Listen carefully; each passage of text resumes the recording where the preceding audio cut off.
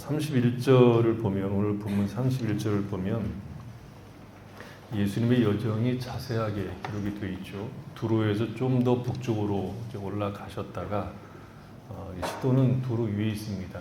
두로 올라가셨다가 다시 남쪽으로 내려오셔서 이방 땅인 데가볼리를 지나서 갈릴리 호수로 이제 오셨다라고 얘기하죠. 갈릴리 호수는 예수님이 주로 이제 활동하던 그 지역이죠. 갈릴리 호수로 오셨지만 어느 지역이라는 것이 없는 것으로 보아서는 데가볼리 지역의 어느 한 동네에 이제 오신 것으로 보입니다. 거기에서 예수님을 맞이한 사람은 동네 사람들이 데리고 와서 예수님에게 안수하여 고쳐주기를 원한 귀먹고 말 더듬는 사람이었습니다. 말을 더듬는다 하는 것은 말을 아예 못한다는 것이 아니라 말을 할 때 간신히 하는 것, 말을 하는 것 자체를 어려움을 느끼는 것을 의미합니다. 그래서 어떤 학자들은 이 사람은 말을 할 수 있다가 중간에 어느 날 귀가 먹게 되어서 말이 어눌하게 된 사람이 아니냐 이렇게 얘기를 하는데 그건 잘 모르겠습니다. 예수님이 이 사람을 고쳐주시기는 하는데 특이한 방법을 쓰십니다. 특이한 것은 먼저 따로 데리고 무리를 떠난 것이었고, 그리고 손가락을 그의 양손에 양귀에 넣는 것이었고, 침을 뱉어서 그 사람의 혀에 손을 대신 것입니다. 그 다음에 하늘 우러러 탄식하고 마지막으로 에바다 곧 열려라 하심으로 귀가 열리고 혀가 맺힌 것이 풀려서 말을 분명하게 하게 되었다라고 얘기합니다. 이렇게 고치신 예가 사실은 드뭅니다. 없는 건 아니지만 아주 특이한 경우죠. 8장 우리 가서 이제 나중에 볼 건데 8장에 가서 보면 예수님이 소경을 하나 고치는 이야기가 나오는데 거기에서도 예수님이 이 소경의 손을 잡고 마을 밖으로 데리고 나가서 눈에 침을 뱉고 그에게 무엇이 보이느냐라고 묻습니다. 그러자 이 소경이 걸어다니는 것, 사람이 걸어다니는 것처럼 보이긴 하는데 사람처럼 보이지는 않고 꼭 나무가 걸어다니는 것처럼 보입니다. 그렇게 얘기하죠. 그러자 예수님이 눈에 다시 안수를 하자 비로소 밝히 보게 됩니다. 이 두 사건은 연결되어 있기도 하고 흡사하기도 합니다. 예수님의 기적은 대부분 표적이라고 얘기했습니다. 표적이라고 하는 것은 기적은 사건이지만 표적은 그 사건이 담고 있는 내용이 있다는 것이죠. 그러면 이 기적이 담고 있는 내용이 무엇인가 하는 것을 우리가 보려고 하면 이 기적들이 기록된 전후에 어떤 이야기들이 기록되어 있는가를 보면 무슨 표적을 담고 있는가를 알 수 있습니다. 7장을 보면 바리새인들과 더불어서 벌인 논쟁이 하나 나오죠. 정결규례에 관한 논쟁이 나옵니다. 예수님이 지적한 핵심은 사람의 입으로 들어가는 것이 사람을 더럽히는 것이 아니라 입에서 나오는 것이 사람을 더럽히는 것이다. 더러운 것이라고 얘기를 합니다. 7장 14절입니다. 근데 이것을 이제 못 알아듣죠. 7장 14절에 보면 무리를 다시 불러 이르되 너희는 다 내 말을 듣고 깨달으라. 무엇이든지 밖에서 사람에게로 들어가는 것은 능히 사람을 더럽게 하지 못하되 사람 안에서 나오는 것이 사람을 더럽게 하는 것이니라 하시고 무리를 떠나 집으로 들어가시니 제자들이 그 비유를 묻자온대. 제자들도 못 알아듣는 거예요. 예수께서 이르시되 너희도 이렇게 깨달음이 없느냐. 무엇이든지 밖에서 들어가는 것이 능히 사람을 더럽게 하지 못함을 알지 못하느냐 이렇게 얘기하죠. 이게 문제는 마가가 기록한 이 내용 속에는 문제가 누구냐 그러면 제자들도 예수님이 하시는 말씀이 무엇인지를 못 알아들었다는 것입니다. 귀가 있어서 듣기는 들었는데 사실은 듣지 못했다는 지적입니다. 6장 그 앞에 이런 얘기가 나옵니다. 6장 49절에 보면 제자들이 그가 바다 위로 걸어오심을 보고 유령인가요 소리 지르니 그들이 다 예수를 보고 놀람이라. 이에 예수께서 곧 그들에게 말씀하여 이르시되 안심하라 내니 두려워 말라 하시고 배에 올라 그들에게 가시니 바람이 그치는지라. 제자들이 마음에 심히 놀라니 이는 그들이 그 떡 떼시던 일을 깨닫지 못하고 도리어 그 마음이 둔하여졌음이니라. 그러니까 제자들의 문제는 깨닫지 못하고 오히려 마음이 둔해졌다는 것이죠. 떡을 떼시던 일, 오병이어 사건이죠. 떡을 떼시던 일을 깨닫지 못했다고 질책을 받고 있습니다. 듣고 보았는데도 불구하고 들은 적이 없는 것처럼 행동하고 있고 보았음에도 불구하고 한 번도 본 적이 없는 것처럼 행동하고 있는 거죠. 그러니 제자들이 하는 말들은 우리가 듣기에도 답답한 거죠. 더듬고 있는 겁니다. 정확하게 예수님에 대해서 말을 하지 못하고 있는 상태라는 것이죠. 앞에 그런 모습이 더 있지만 8장 가서 보겠습니다. 8장에서 가서 보면 14절에 보면 또 이야기가 나옵니다. 제자들이 떡 가져오기를 이쯤에 배에 떡 한 개밖에 그들에게 없더라. 예수께서 경고하여 이르시되 삼가 바리새인의 누룩과 헤롯의 누룩을 주의하라 하시니 제자들이 서로 수군거리기를 이는 우리에게 떡이 없음이로다 하거늘 예수께서 하시고 이르시되 너희가 어찌 떡이 없음으로 수군거리느냐 아직도 알지 못하며 깨닫지 못하느냐 너희 마음이 둔하냐 너희가 눈이 있어도 보지 못하며 귀가 있어도 듣지 못하느냐 또 기억하지 못하느냐 내가 떡 5개를 5,000명에게 떼어줄 때 조각 몇 바구니를 거두었더냐 이르되 12이니이다 또 7개를 4,000명에게 떼어줄 때 조각 몇 광주를 거두었더냐 이르되 7이니이다 이르되 이르시되 아직도 깨닫지 못하느냐. 그리고 바로 22절 바로 연결해서 벳세다에 이르매 사람들이 맹인한 사람을 데리고 예수께 나와 손대시기를 구하거늘 하고 그 맹인을 고쳐주는 사건이 연이어 나옵니다. 예수님이 지금 아주 노골적으로 시작하고 있지 않습니까? 직설적이고 너희가 눈이 있어도 보지 못하고 귀가 있어도 듣지 못하고 머리가 있으면 뭐하냐? 제대로 기억하는 것도 없고 도대체 그 머리는 생각이라는 것을 하고 있느냐? 머리는 모자 쓰고 있는 것이 아니라 생각하고 살라고 준 것인데 도대체 무엇하고 있느냐라고 꾸중하고 있는 것이죠. 그러니까 마가가 기록하고 있는 이 이야기 흐름을 따라서 보면 귀먹고 말을 더듬는 사람과 소경을 고쳐주신 사건이 담고 있는 내용은 제자들, 예수님을 따라다니는 제자들이 지금 어떤 처지, 어떤 수준에 있는가를 말하고 있는 것입니다. 귀가 있어도 듣지 못해서 말하기는 하는데 더듬는 지경이고 보기는 보는데 명확하게 보지 못해서 보지 못한 것과 똑같은 상황에 있는 것이죠. 전부 이 기적들은 제자들의 상황을 그래서 이야기하는 것이고 제자들을 깨우치기 위한 내용을 담고 있는 기적입니다. 그런 의미에서 표적이고 그것은 곧 예수를 믿는 예수를 믿는다고 말하는 우리도 동일하게 제자들과 다른 제자들은 듣고 보고 했음에도 듣지 못하고 보지 못한 것과 다른 수준에 우리가 있는 것인지 아니면 똑같은 상황에 처해 있는지 우리 자신들을 살펴보라고 주어진 말씀이라고 볼 수 있습니다. 오늘날 예수 믿는 사람들의 가장 큰 문제 중에 하나가 뭐냐 그러면 정확하게 내가 믿는 것, 내가 예수를 믿는 것이 무슨 내용을 담고 있는지 말을 못한다는 거 아닙니까? 우리는 예수를 믿는다고 말합니다. 그것의 진정성에 대해서 저는 시비하고 싶은 마음은 없어요.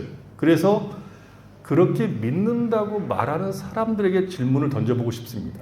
하나는 내가 믿는다고 고백하는 예수님이 어떤 분인지를 알고는 있느냐 하는 것이고 다른 하나는 믿는다라고 하는 그 말 속에 담겨있는 뜻이 무엇인지를 알고 있느냐 하는 것입니다. 여러분 이 두 질문에 대해서 정확하게 얘기할 수 있습니까? 참으로 신기한 것은 이 두 질문에 대한 답을 정확하게 할 수 없음에도 불구하고 자신은 교회를 다니고 있고 예수를 믿는 사람이라고 생각하는 사람들이 굉장히 많습니다. 아니 오히려 짜증내는 경우들도 있습니다. 중요한 것은 교회에 나와서 착하게 살려고 하는 것이지 굳이 예수님이 어떤 분인지 믿음이 무엇인지를 알아야 할 이유가 있느냐는 것이죠.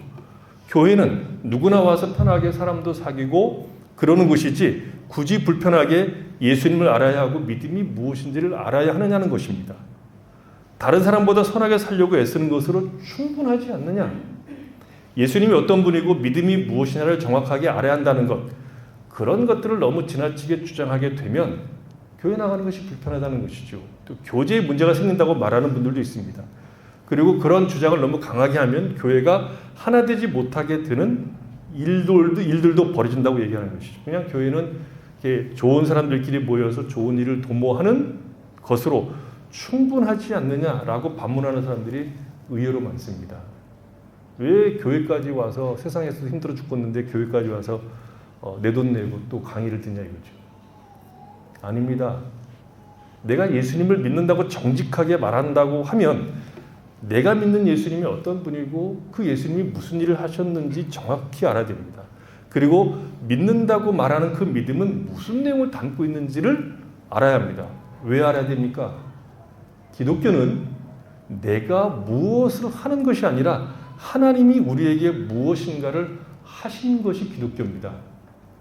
기독교는 사람이 해야 할 일을 가르쳐주는 것이 아니라 하나님이 하신 일, 하나님이 우리에게 행하신 일을 이야기하는 것입니다.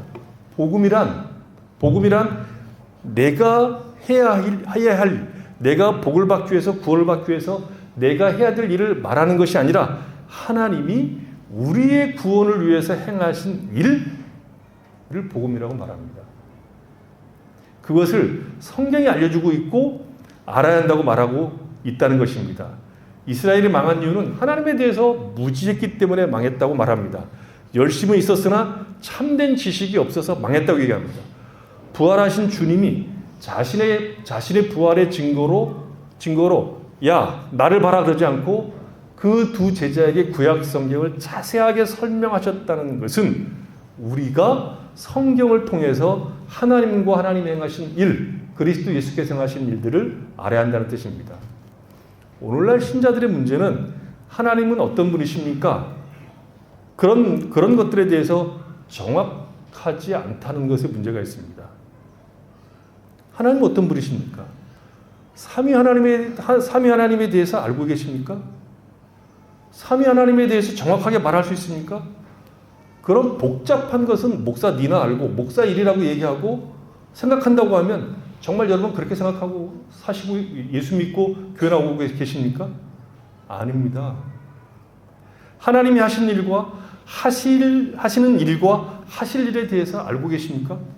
하나님의 창조와 창조하신 세상을 다스리는 섭리에 대해서 알고 있습니까? 인간에 대해서는 얼마나 알고 있습니까? 우리는 우리 자신에 대해서 성경이 말하는 방식을 따라서 알고 있습니까? 타락한 인간을 구원하시는 하나님의 방법에 대해서 알고 있습니까? 하나님이 인간에 대한 계획을 가지고 있는데 여러분 그 계획을 알고 있습니까? 제가 질문을 너무 많이 하는 것처럼 보이죠? 아닙니다. 이건 대충 한 겁니다. 예수님께서 우리와 같은 몸을 입고 이 땅에 오신 이유를 여러분 압니까?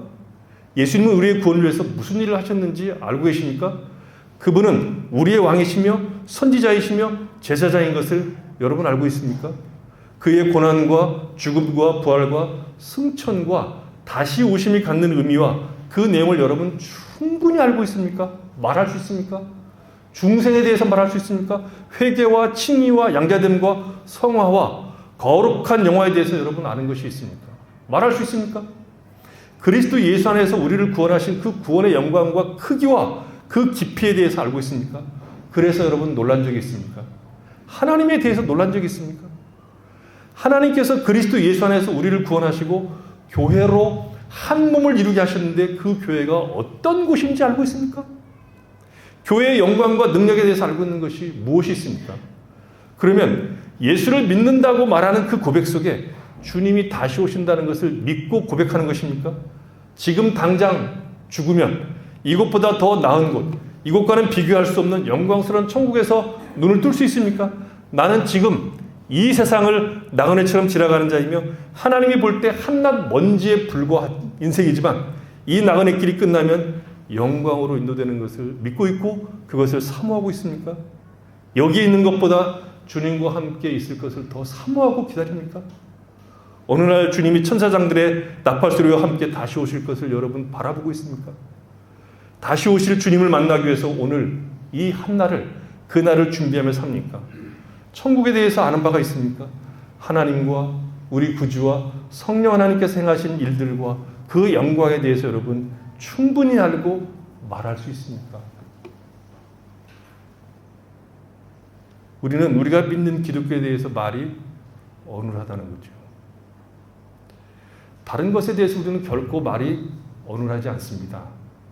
정치에 대한 우리의 의견과 소견은 정치 평론가를 뺨칠 정도로 우리는 잘 알고 있을 겁니다. 드라마에 대해서 우리의 관심은 얼마나 깊은지 모릅니다. 드라마를 하고 있는 그 배우들에 대한 그들의 사상을까지 알 정도로 우리는 말이 어눌하지 않습니다. 우리는 우리가 관심을 두고 있는 사항에 대해서 즐겁게 몇 시간이고 이야기를 하고 시간을 보낼 수 있는 지력을 가지고 있고 정력들을 가지고 있습니다. 여러분 정직하게 자신들을 들여다보십시오. 우리는 우리가 알고 있는 것들, 우리가 좋아하는 것들, 우리가 좋아하는 사람들과 얼마든지 떠들 수 있는 실력들을 가지고 있습니다. 그런데 정작 내가 믿는 기독교에 대해서는 할 말이 별로 없어요. 왜 믿는 것이 중요한지, 왜 그리스도 예수를 믿는 것이 치명적인 것인지, 왜 우리가 교회 다녀야 하고 예배를 드려야 되고 섬겨야 하고 하나님 앞에 헌금을 드려야 되는지에 대해서는 할 말이 없습니다. 우리는 누군가 우리에게 와서 내가 믿는 기독교에 대해서, 그리고 너는 왜 예수를 믿는 데에 대해서 설명해 달라고 하면 더듬거리고 따면하고 할 말이 없는지 생각해 본 적이 있습니까?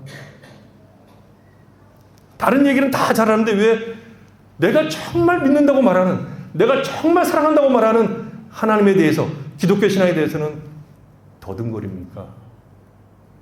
오늘 본문이 그 얘기를 하고 있는 겁니다. 들을 수 없기 때문입니다. 듣는 일에 지장이 있기 때문입니다. 듣지 못하기 때문에 어른한 겁니다. 말을 아예 못하는 것이 아니라 말을 하는 것이 어려운 것입니다. 얼마나 정확하게 우리의 모습을 보여주고 있습니까? 우리는 말을 합니다. 그러나 힘듭니다. 더듬거립니다. 원인은 단 한 가지입니다. 듣지 않기 때문입니다. 하나님의 말씀을 듣는 일에 지장이 있기 때문입니다. 성령이 하시는 말씀을 들을 귀가 없기 때문입니다. 오늘날 신자들의 문제는 듣지 않기 때문에 생기는 것들입니다. 듣지 못하면 신자의 삶은 없습니다.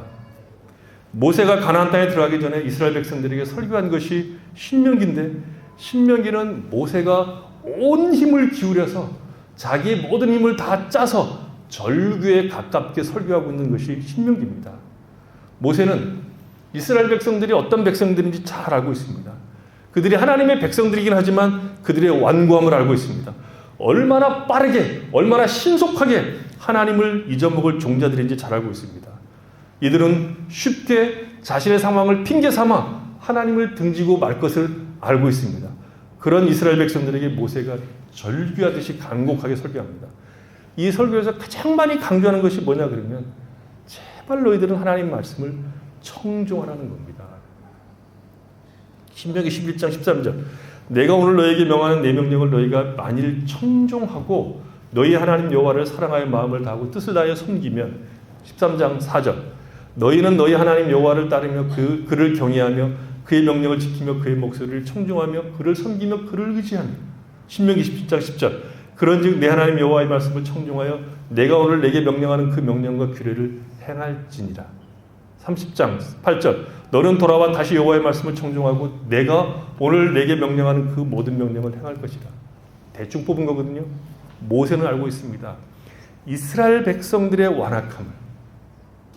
그래서 반복하는 이유는 이스라엘 백성들이 살고 죽는 것, 가나안 땅에 들어가서 복을 받고 복을 받지 못하는 것, 이 모든 것을 판가름하는 것은 하나님의 말씀을 청종하는 것이 있다는 것을 알기 때문에 하는 겁니다. 그런데 안 듣습니다. 근데 여러분 이스라엘 백성들하고 여러분하고 다를 거라 생각하세요? 제가 보기에는 아닙니다. 저는 갈수록 이스라엘 백성들, 광야에 있었던 이스라엘 백성들과 저의 삶에 너무 이렇게 잘 뭐라고 해요? 매치가 됩니다. 여러분 수준 이스라엘 백성보다 나을 거라고요? 아닙니다. 여러분 목사의 설교를 잘 듣습니까? 골라 듣죠? 희한하죠? 듣고 싶은 것만 듣지 않습니까?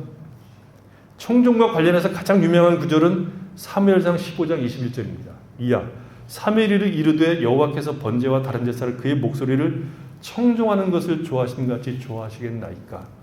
순종이 제사보다 낫고 듣는 것이 순양의 기름보다 나으니 이는 거역하는 것은 점치는 죄와 같고 완고한 것은 사신 우상에게 절하는 죄와 같음이라. 왕이 여호와의 말씀을 버렸으므로 여호와께서도 왕을 버려 왕이 되지 못하게 하셨나이다 하니 사울이 사무엘에게 이르되 내가 범죄하였나이다.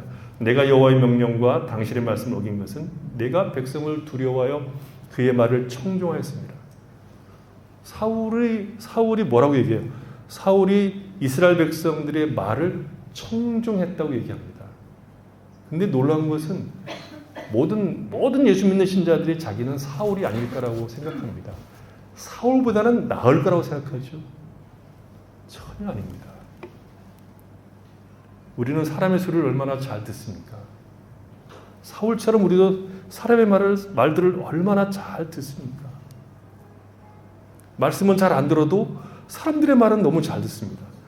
하나님이 가장 원하시는 것은 우리가 하나님 말씀을 듣는 겁니다. 왜냐하면 그 말씀을 들어야 비로소 우리 영혼이 살고 하나님을 바르게 경배할 수 있기 때문입니다.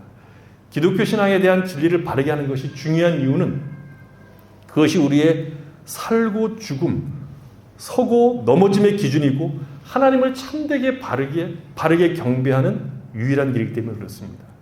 이스라엘 백성들은 어떤 백성들보다 하나님께 열심이었습니다. 그러나 그들은 참된 지식을 가지고 하나님을 경배하지 않았기 때문에 하나님이 보내신 자, 곧 그 아들을 십자가에 못 박혀 죽여버렸습니다. 청년이라는 말과 동일하게 쓰인 말로 들으라는 말인데 이 말이 구약 성경에도 수도 없이 나옵니다. 여러분은 성령께서 하시는 말씀을 듣는 귀가 있습니까?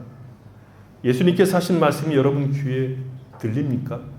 성경을 읽으면 거기에서 말씀하시는 하나님의 음성이 들립니까? 듣기 위해서 애쓰십니까?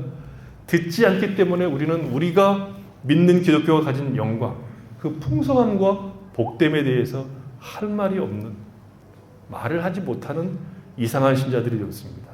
그러면 이렇게 질문해 보겠습니다. 듣기 원하십니까? 듣는 것이 여러분 소망입니까? 지금 듣기 위해서 여러분 여기 오셨습니까? 그러면 이제 주님께서 우리에게 하시는 얘기를 좀 들어보십시오. 먼저 우리 주님이 얼마나 큰 예정을 가지고 이 사람을 대하고 있는지를 보십시오. 34절에 보면 주님이 하늘을 우러러 탄식하시는 모습이 나옵니다. 탄식한다는 것은 신음한다는 뜻을 가지고 있습니다. 혹은 슬퍼한다 하는 의미도 포함되어 있습니다. 그 말은 무슨 뜻입니까?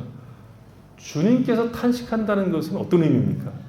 탄식한다는 것은 이 병자의 고통에 대한 국률의 마음과 공감하신다는 겁니다.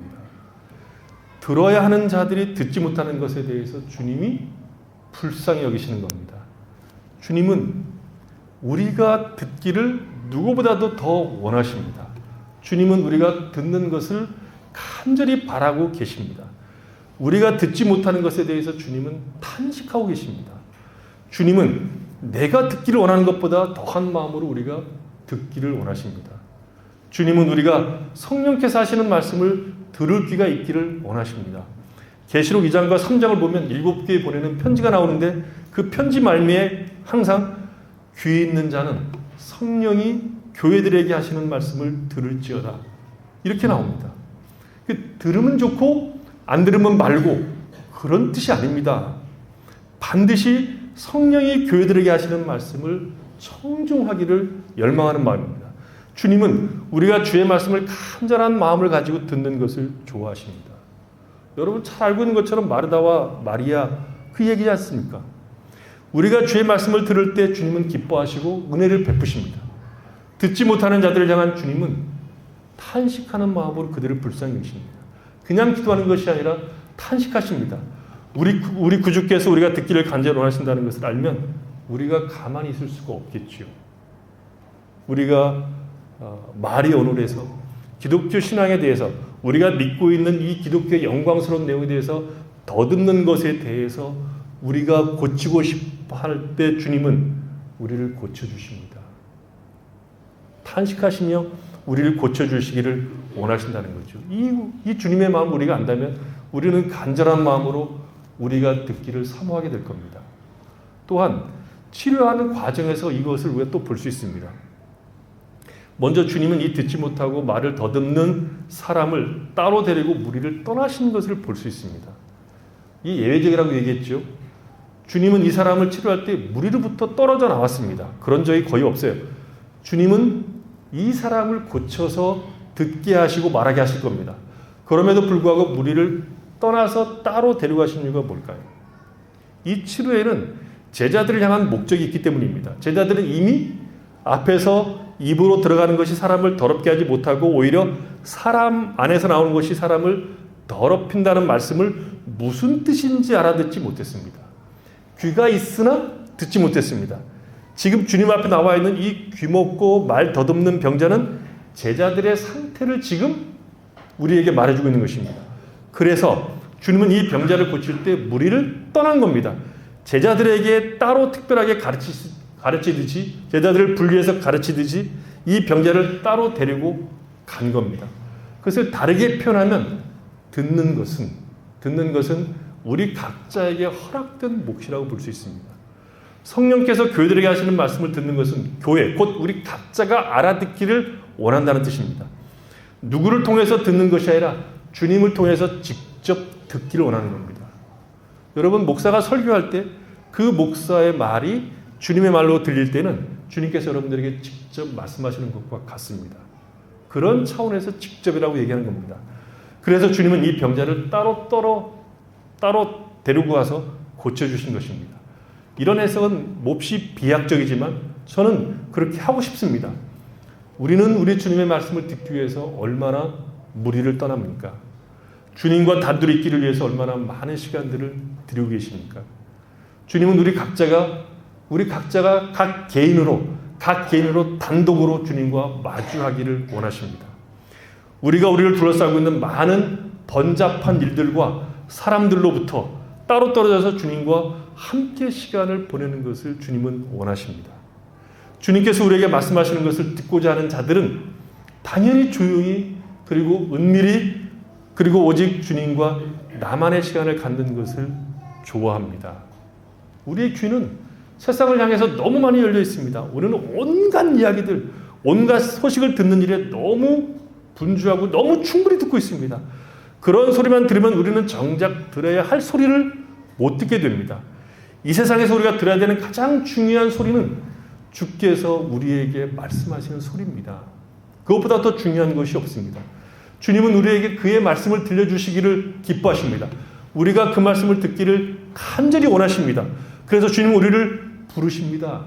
조용히 함께하기를 원하십니다. 주님이 제자들에게 따로 비유와 교훈을 가르치듯이 그렇게 하십니다. 이 세상의 모든 소리로부터 차단되어서 오직 주님의 소리만 들을 수 있는 곳으로 우리를 부르십니다. 우리는 얼마나 자주 주님의 손에 이끌려 주님과 단둘이 마주하고 주의 음성 듣는 것을 기뻐하고 그 시간을 사모합니까? 저는 이 본문의 해석이 그렇게 비약이라고 할지라도 중요하다고 봅니다. 주님은 가장 먼저 제자들이 듣는 사람이 되기를 원하셨습니다. 그래서 이런 방식으로 치유하고 계신다고 저는 봅니다. 여러분, 나는 들어야 할 가장 중요한 소리를 듣고 있습니까? 주식의 변동이나 한국 정치의 이런 상황들이나 세계 정세나 세상에 돌아가고 있는 이상한 기후현상이나 이런 이야기들이 아니라 우리가 사는 세상에서 일어나는 많은 중요한 소식들보다 나는 언제나 주님의 소리를 듣기 위해서 주님과 단독으로 개인으로 서 있기를 얼마나 사모하고 얼마나 큰 열심을 내서 그 일을 하고 있습니까? 우리는 이 세상에서 들을 수 있는 가장 아름다운 소리, 그 어떤 음악보다도 더 청한 소리, 곧 주님의 음성을 주의 말씀을 통해서 듣는 일이 우리의 기쁨이 되도록 주님과 홀로 마주하는 일을 항상 할 수 있어야 됩니다. 그 다음에 이 병자를 고치는 일을 한번 보십시오. 특이하죠? 따로 떨어져 무리와 분리한 것도 특이하지만 이제 직접적으로 손가락을 병자의 손에, 병자의 귀에 넣었습니다. 주님은 손가락을 문제의 근원지에 넣은 것이죠. 문제의 근원지에 손가락을 넣은 것입니다. 집에 가서 한번 해보십시오. 나중에 침까지 뱉어가면서 해보십시오. 넣었다는 이 단어는 귀신을 내쫓는다는 표현과 같은 말입니다. 마가복음 1장 39절에 보면 주님의 사역을 종합해서 이렇게 얘기하죠. 온 갈릴리에 다니시며 그들의 여러 당에 전도하시고 귀신을 내쫓으시니, 내쫓는다는 말과 손가락을 귀에 넣었다는 이 단어가 같은 단어입니다. 예수님께서 이 병자의 귀에 손을 넣으신 것은 그로 하여금 듣지 못하게 방해하는 세력인 귀신을 몰아내시고 들을 수 있게 하는 것으로도 볼 수 있습니다. 이렇게 볼 수 있는 이유가 있어요. 고린도서 4장 3절에 보면 만일 우리의 복음이 가려졌으면 망하는 자들에게 가려진 것이라 그 중에 이 세상의 신이 믿지 아니하는 자들의 마음을 혼미하게 하여 그리스도의 영광의 복음의 광채가 비치지 못하게 함이니 그리스도는 하나님의 형상이니라. 그러니까 이 세상의 신들은 사람들로 하여금 복음을 듣지 못하게 방해합니다.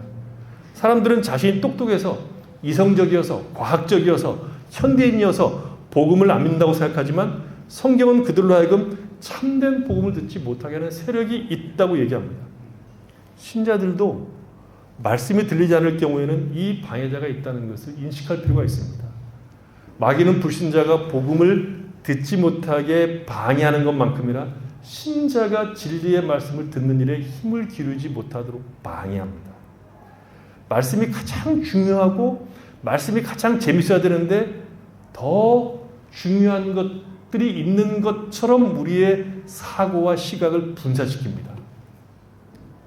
졸리는 사람은 누구에게 자신이 잡혀있는 것은 아닌가라고 생각해 보셔야 됩니다. 성경을 탁 펼치는 순간 졸음이 확 온다든지 목사가 설교 시작하면 동시에 이 다카공항으로 가시는 분들은 누구에게 잡혀있는지를 생각해 보셔야 됩니다. 하나님은 그런 자들에게 잡혀있는 우리들을 듣게 하실 때 그의 손가락으로 우리를 잡고 있는 자를 물리쳐 듣게 하십니다. 왜 손가락을 강조할까요? 왜? 출애굽기 8장 19절에 보면 이런 얘기가 나옵니다. 요술사가 바로에게 말하되 이는 하나님의 권능이니이다 했는데 이 권능이라는 말을 세 번역은 이렇게 번역했습니다. 그때 마술사들이 바로에게 말하기를 이것은 하나님의 손가락입니다. 세 번역이 맞습니다. 손가락을 구체적으로 마가가 묘사한 이유는 이 예수님의 손가락은 하나님의 손가락이라는 뜻입니다. 시편 8편 3절에 보면 주의 손가락으로 만드신 주의 하늘과 주께서 베풀어 두신 달과 별들을 내가 보으니. 그러니까 주님의 손가락은 천지를 창조하신 하나님의 손가락이기 때문에 듣지 못하는 자의 근원지인 귀에 넣으셔서 그를 재창조하시는 겁니다. 듣게 하시는 일은 오직 우리 구주께서 하시는 일이라는 겁니다.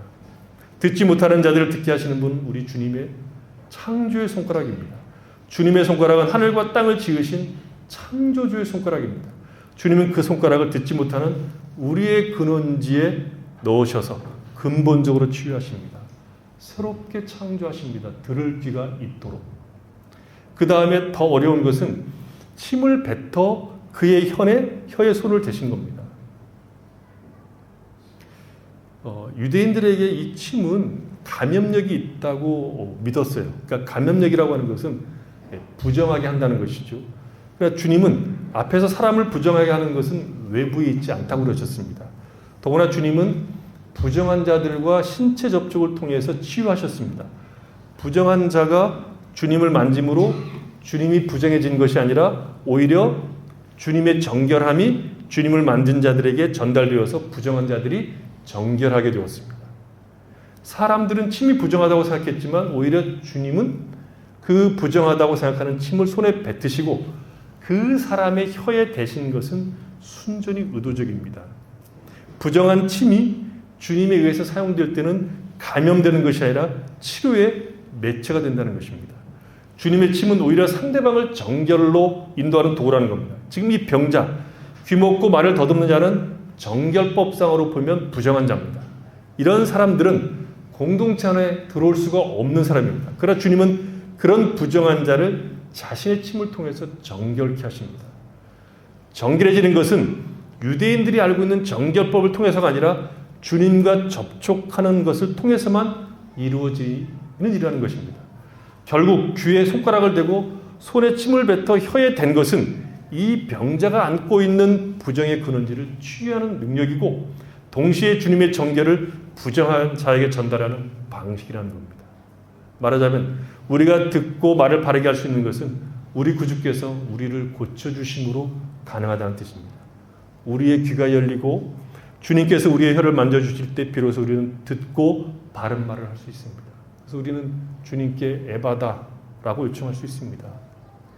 귀가 열리고 혀가 맺힌 것이 풀려서 말이 분명해지는 것은 우리 구주께서 우리에게 그 창조의 손가락을 통해서 우리를 재창조할 때뿐입니다. 이사야 35장 이것을 이사야가 이미 예언했어요. 이사야 35장 5절 6절에 보면 그때의 맹인의 눈이 뜻 밝을 것이며 못 듣는 사람의 귀가 열릴 것이며 그때 저는 자는 사슴같이 뛸 것이며 말 못하는 자의 혀는 노래하리니 이는 광야에서 물이 솟겠고 사막에서 시내가 흐를 것이리라. 이 그때에는 메시아 시대를 의미합니다. 메시아 시대는 새로운 시대를 의미하고 그 시대는 마치 창조 때와 같이 새로운 세상이 출발하는 것이기 때문에 새 창조의 역사들입니다. 더구나 37절, 우리 본문 30절을 보면 이렇게 나와 있죠. 사람들이 심히 놀라 이르되 그가 모든 것을 잘하였도다. 못 듣는 사람도 듣게 하고 말 못하는 사람도 말하게 하였다. 이렇게 했는데 여기서 말하고 있는 그 사람들이 보고 놀라서 그 모든 것을 잘하였도다. 못 듣는 사람도 듣게 하고 말 못하는 사람도 말하겠다 하는 것을 잘하였도다. 잘하였도다 하는 이 말은 창세기에서 빌려온 말입니다. 창세기 1장에서 빌려온 말인데 매우 좋았다는 말을 빌려온 겁니다. 그러니까 하나님께서 천지를 다 창조하시고 보시기에 심히 좋았다고 하시는 것과 지금 주님이 하신 일을 같은 맥락에서 보고 있는 겁니다. 즉 말하자면 처음 창조하시고 난 다음에 심히 좋았다고 하는 것과 지금 주님이 듣지 못하고 말하지 못한 자를 고치신 것은 창조 때 창조하신 것과 같이 재창조의 사역으로 심히 좋다는 뜻입니다. 말하자면 재창조 사역의 핵심 속에는 우리가 듣고 말하는 것이 포함되어 있다고 말하고 있는 거죠. 예수님은 듣지 못하고 말하지 못하는 자들이 하나님의 말씀을 듣고 그 복스러운 말씀들을 전할 수 있도록 재창조하신 일을 하십니다. 하나님의 말씀을 듣지 않는 자들을 새롭게 창조하십니다. 그의 손가락으로 세상을 창조하신 하나님께서 이제 그리스도 예수로 말미암아 그 동일한 손가락으로 사람들을 재창조하셔서 듣게 하시고 말하게 하십니다. 하나님의 말씀을 불순종함으로 하나님의 말씀을 들을 수 없게 된 자들을 이제 우리 구주께서 오셔서 세상을 창조하신 그 손가락으로 이제 다시 하나님의 말씀을 들을 수 있도록 새롭게 창조하신 겁니다. 타락한 세상의 문제는 하나님의 말씀을 듣지 않고 마귀의 말을 듣고 사람들의 말을 듣는 것에 있기 때문에 주님은 그들을 손가락으로 막힌 귀를 뚫어서 하나님의 말씀을 듣게 하시고 더듬는 입을 풀어서 진리의 말씀을 말할 수 있게 하시는 겁니다. 그것이 재창조 사역의 내용 가운데 포함되어 있는 일입니다. 세상의 문제는 어디 있습니까? 진리를 듣지 못하는 것이 있는 거 아닙니까? 듣지 못하는데 자신들은 안다고 우기는 것이 있지 않습니까? 정작 들어야 할 얘기는 듣지 못하면서 마치 중요한 것을 다 들은 것처럼 오해하기 때문에 문제가 있는 것이 아닙니까? 그런 듣지 못하는 자들, 정작 들어야 될 것을 듣지 못하는 자들을 주님이 오셔서 듣게 하시고 말하게 하십니다. 그것은 전에는 들을 수 없었으나 타락하기 전에 들을 수 있었으나 타락하여서 듣지 못하게 된 인간들 그래서 듣지 못하게 되다 정작 해야 될 말을 하지 못하고 더듬거리는 인간을 주님은 재창조하심으로 새로운 삶을 살게 하십니다. 새로운 말을 하게 하십니다. 이 문맥 속에서 중요한 것은 제자들이라고 얘기했습니다. 제자들은 영적으로 귀먹은 자와 같은 처지에 있습니다. 듣는 것을 깨닫지 못하니까 엉뚱한 소리만 하는 겁니다. 예수님은 이 기적을 통해서 영적 귀머거리와 같은 제자들이 치유가 필요하다는 것을 나타내고 있습니다. 그것은 곧 우리의 영적 상태에 대한 점검을 요구하는 겁니다. 우리는 듣고 있습니까? 세상에서 가장 아름다운 소리가 주의 말씀입니까? 오늘 우리가 찬송을 불렀잖아요. 우리가 늘 듣던 그 말씀 또 듣기를 원하십니까? 정말 그 찬송을 아멘하면서 부르셨습니까? 늘 들려주셨던 그 아름다운 말씀, 그 하나님의 말씀이 늘 듣고 싶어서 또 들려달라고 여러분 요청하고 있습니까? 우리가 듣는 모든 소리보다 내가 최고 좋아하는 어떤 음악, 여러분이 가장 좋아하는 어떤 음악보다 그리스도 예수의 말씀이 가장 아름답고 가장 청합니까? 요즘 이상한 인간들 하도 많아서 빗소리를 뭐라 그래요? 뭐 있잖아. 그 빗소리를 듣기 위해서 MRS인가 하잖아요. 그 듣기 위해서 텐트 치고 별 짓을 다 해요. 우리는 주의 말씀을 듣기 위해서 그 별 짓을 다 합니까? 정리해 봅시다. 우리는 듣고 있습니까? 듣는 일에 힘을 기울이고 있습니까? 주께서 우리가 듣는 자 되기를 간절히 원하는 것을 알았지 않습니까? 그렇다면 우리는 듣는 일에 온 마음을 기울여야 되지 않을까요? 주님께서 우리가 들을 수 있도록 우리 귀를 열어달라고 해야 되지 않을까요? 다른 모든 소리보다 주님의 음성을 듣기를 원한다고 우리가 말해야 되지 않을까요? 그리고 그 소리를 듣기 위해서 우리는 항상 홀로 주님 앞에 나가야 되지 않을까요? 주님과 단둘이 마주 앉아서 그의 손가락으로 우리를 재창조해달라고, 에바다 해달라고 우리가 기도하고 오직 주의 음성에 내 생명임을 알게 해달라고 탄식해야 되지 않을까요? 왜요? 그래야 우리는 비로소 우리가 누구인가를 알 수 있고, 우리가 믿는 예수가 어떤 분인지를 알 수 있고, 우리가 믿는 기독교 신앙이 어떤 영광과 내용을 담고 있는가를 말을 할 수 있고, 말을 할 수 있을 뿐만 아니라 우리는 참되게 그리스도 예수 안에서 하나님을 경배할 수 있습니다. 우리 안에 예수님이 말씀하셨잖아요. 이 속에서 나오는 것이 우리를 더럽힌다고 얘기하는 건데, 속에서 나오는 것이 괜찮은 것이 나오려고 하면 들어가는 것이 있어야 될 거 아니에요. 들어가는 것이 곧 뭐예요? 우리 귀로 듣는 그리스도 예수의 말씀, 하나님의 말씀을 우리가 먹어야, 들어가야 그 들어간 그 말씀이 우리 입을 통해서 하나님의 영광과 아름다움과 복되심을 말할 수 있을 거 아닙니까? 세상 소식은 빠삭한데 주님의 말씀을 듣지 못해서 우리의 말이 더듬거리는 거 아닙니까? 주님은 우리에게 오셔서 에바다 하십니다. 그래서 우리의 입을 통해서 영광과 존귀가 흘러나가게 하도록, 우리 주님이 우리를 새롭게 창조해서 아름다운 말이 나오도록 우리를 탄식하시면서 우리가 그의 말씀을 듣기를 원하십니다. 여러분, 주님의 말씀을 듣는 귀가 있습니까? 들을 귀가 있는 자들은 더욱 달콤하고 깊은 하나님의 음성을 듣기를 힘쓰셔야 됩니다. 매일 주의 말씀을 통해서 신령한 음성을 듣는 것을 놓치지 마셔야 됩니다. 우리가 더욱 하면 할수록 하나님은 더 많이 우리에게 은혜를 베푸십니다. 우리에게 말씀하시는 그 음성을 따라서 하나님을 알기를 힘쓰십시오. 내가 믿는다고 고백한 기독교 신앙이 그래서 나를 삼키고 나를 놀라게 하고, 내가 믿는 기독교가 얼마나 큰 내용을 담고 있는가를 놀라서 우리가 가지고 있는 이 신앙의 크기를 증거할 수 있기를 바랍니다.